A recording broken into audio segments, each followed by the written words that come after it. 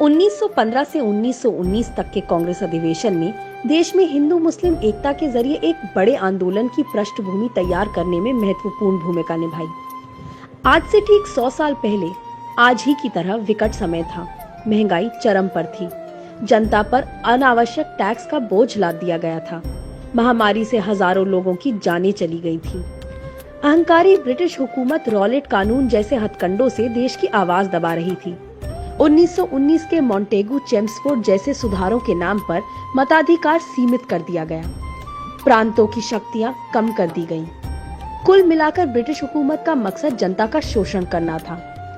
इसी बीच फरवरी 1920 में गांधी जी ने पंजाब में ब्रिटिश ज्यादतियों की निंदा करते हुए जलियांवाला बाग नरसंहार के लिए ब्रिटिश हुकूमत को माफी मांगने के लिए कहा, अन्यथा असहयोग आंदोलन की चेतावनी दे डाली। 31 अगस्त 1920 को असहयोग आंदोलन शुरू होना तय हुआ, लेकिन दुर्भाग्यवश 1 अगस्त को बाल गंगाधर तिलक का निधन हो गया। लिहाजा सितंबर 1920 में कलकत्ता में कांग्रेस का विशेष अधिवेशन बुलाया गया। इस अधिवेशन में स्वराज की स्थापना होने तक असहयोग कार्यक्रम चलाने की सहमति बनी।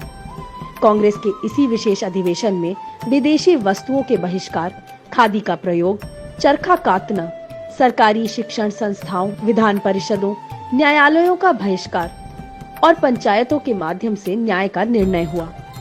साथ ही सरकारी उपाधियों को लौटाने, सरकारी सेवाओं को छोड़ने, सरकारी करों का भुगतान न करने, सरकारी तथा अर्ध सरकारी उत्सवों का बहिष्कार का भी निर्णय लिया गया। इसके साथ ही हिंदू मुस्लिम एकता को प्रोत्साहित करने, छुआछूत को दूर करने और अहिंसा को सर्वोपरि रखा गया। एक तरह से देखा जाए तो 1920 का ये कांग्रेस अधिवेशन असहयोग आंदोलन की यात्रा में सबसे महत्वपूर्ण पड़ाव साबित हुआ। अभी इन प्रस्तावों के जमीनी असर से ब्रिटिश हुकूमत की नींद धुआं होना बाकी थी। अभी तो असहयोग आंदोलन का असली रूप सामने आना बाकी था।